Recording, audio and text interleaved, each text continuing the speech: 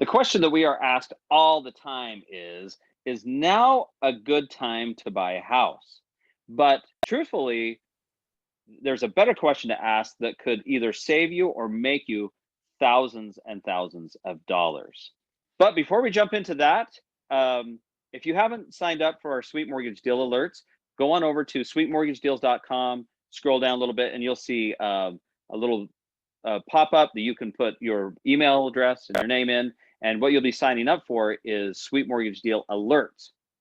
So anytime we see something cool in the marketplace, incentives, rate drops, things like that, we'll blast out a quick email. And if you're on that list, you will be in the know probably before your neighbors. So that will be awesome. So Eric, before we jump into our question, one other thing, we want to talk about rates. What's going on with rates?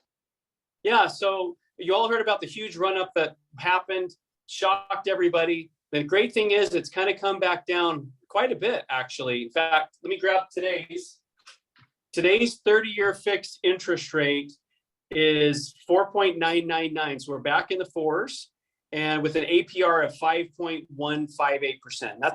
That's assuming about an $800,000 purchase price with 20% down. So fours. I mean, that's where we were before COVID hit. So not a bad place to be, really.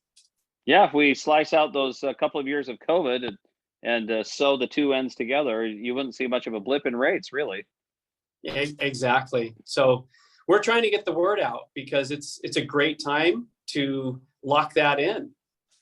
That's right. Rates have dropped. And also we've noticed house prices across the board. Our real estate agent friends are telling us that home prices have dropped and we're getting a little bit more inventory. So that's good all the way around, getting a little bit more affordable. It seems like there's a little bit more motivation on the sellers to help out with maybe closing costs or you're not fighting against 20 different offers. It depends on the house a little bit, but it's definitely different than it was a few months ago when everyone was fighting with a million offers. So there's some positives. You can actually shop for a home now and go see one or two before you put an offer on it, which is nice. It's kind of a novel concept compared to what it's been these last couple of years. So great. Yeah. Okay. Well, so with housing changes, anytime we see changes in rates, anytime we see changes in house prices, the question that always comes up is now a good time to buy a house? And over the years, we've found that that's a great question to ask, but there is a much better question to ask. And I'm going to tell, is it cool if I tell a little story really fast? Okay. Okay, just a really quick one. This is my own personal experience. So those of you that were around in 2007, remember that that's when the market crashed. Well, I was pretty clever. I bought a home in 2007 with the intent to flip it. I bought it right at the beginning of the year and put it up for sale. And guess what? It didn't sell because the market was starting to just tank. And that was an unprecedented market. I bought right before the market tanked. So that caused a little stress, right? So if you were to ask me back in 2007, hey, was that the right time to buy a house? Well, then I would have answered no. What fool would buy a house right before the market crashes? Well, as it turns out, I kept that house for 9 years. I kept that house for 9 years and rented it out.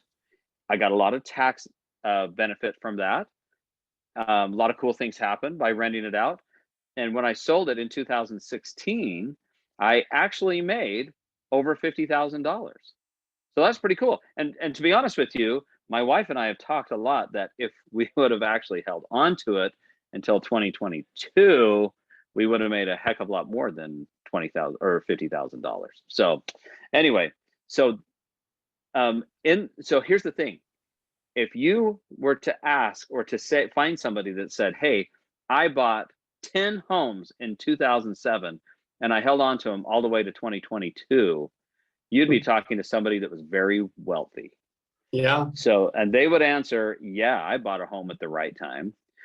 So the question that we ask our clients to ponder and to think about, in addition to if it's the right time to buy, is, Eric, do you know what that question is? Oh, yeah. All right. The more important question is when are you going to sell? Or when do you think you might sell? And that's the hardest question to answer, right? Because sometimes it's the hardest question. For someone who's looking to flip a home, to buy a home, fix it up, sell it immediately, that might be a really easy answer. They're trying to buy it, put as much money or as much fix-its as they can for the right price, and then sell it for as much as they can in the shortest possible time frame. So the true flipper, the person who really is just buying to sell, those are probably the purchases that require the most thought in terms of timing the market. Right. But it seems to me that nearly every other situation, especially people who are buying their primary residence or they're thinking a little more long-term. And that's something that Darin and I always encourage is when it comes to real estate, think a little more long-term, because you're paying some closing costs. You're paying, when you sell, oftentimes you're paying commission. And so that immediate turnaround takes a lot of experience, and it takes a lot of, people do it all the time, but it just takes a little bit more of that investor mindset. But if you're not doing that, if you're thinking more long-term, if you're thinking you might be in it for a few years or many years, then it changes everything, because generally the market seems to work all that out for you. Yeah, in general, real estate is a great investment. It almost always appreciates over the long run. And so if somebody comes to us and they say, hey, want to buy a house, one of the questions that we ask immediately is, okay, well, cool. How long do you plan on holding this house? What's your intent with it in the long run? And the long run, we look at it, anywhere 3-5 years plus, we would classify that as long run. Short run is when you buy it and within a year you've sold it, because like you were saying, Eric, there's just not as much time. So so that long run is going to matter a lot more. And the other thing too is I know some people will try and time interest rates, which is also almost impossible. So you always want to get that finance package that works the best for the home that you have, and you want the best finance package for the market that the market is allowing. Did I say that right? You want the best finance package for what the market allows, because guess what? 6 months, you might be able to get a totally different finance package for different reasons. It'll be way better. So true. Yeah. So it really is that long run. So 3-5 years, where most people will buy a home to live in it, will usually plan on living around that range. So in that amount of time, a couple of months usually just doesn't make that much of a difference anyway. So if you're thinking about buying a place and you've got that itch, then you basically take what the market gives you, both in house prices and in rate, and you make the best of what the market has, because no one knows what the market's going to bring tomorrow. I mean, what if homes appreciate next month? What if they bounce back up because of some supply and demand thing, and they bounce up to 20% more? So nobody knows. So true. Yeah, I think that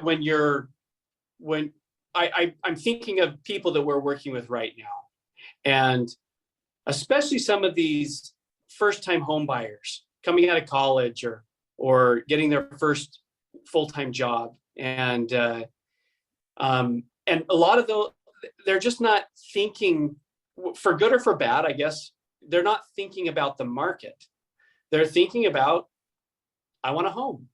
And can you blame them? And so, and that's not really a bad thing, because if like Darin said, if you're thinking more long term, then that's all going to even out anyway. So we're all full steam ahead. All go. If you're thinking like that and you're buying especially a primary residence or thinking more long term on an investment property, then there's no reason to hold back. It's go forward and let's get yourselves in the game and let the market win for you year after year. Even if there's a short-term dip at some point, the market will win for you in the end. So yeah, it did for me in 2007. Yeah, it sure did. I mean, honestly, it didn't at first. I mean, I went through some pain that I was not expecting, but I was in it for the short term. and I had to force it to the long term. I had to change my game. But that ended up winning out for me. So, that's actually such a good point, because what you're saying there is you sort of had, even though you didn't have it ready, there was a plan B in the background. And that's the great thing about real estate, is people need the place to live. So there's always that plan B. If let's say you needed to move, your job moved and you bought something, you're like, oh no, it's a year later, my job moved to Michigan and I can't live here anymore. Well, there's people who need to rent. So you don't have to typically force yourself into selling or doing anything with your home permanently. You can, that ability to rent it gives you flexibility. And that's the really cool thing about real estate. So yeah, it sure is. I got to tell you, I mean, I'm just being honest. If I had the means and I was able to buy 20 homes, 10 to 20 homes, we'll say, in 2007, at the worst time in the market, and if I kept them till 2022, I don't even think I'd be on the phone having this conversation with you. I mean, no offense. Well, no offense taken. Okay, so if you're thinking about buying a home, and you're thinking about getting into the real estate market, you're thinking about upgrading your house, you're kind of worried about what's going on in the market, you want to make a game plan, Eric, what do we do? We call it 801. What is our number? 801. I know it's 801. Yeah, it starts with 801 for sure. We fought hard for that. 801-888-7468. Yep. There we go. Yep. And we're happy to chat. We'd love to chat just like this and help you with whatever questions you have. So yeah, right on. We'll map it out, and if it looks like you want to start making moves, then we start making moves. If you don't, that's fine. We just put the map out there for you, and then off we go. So, okay, Eric, thanks so much. Hey, good to see you. You too. Talk soon.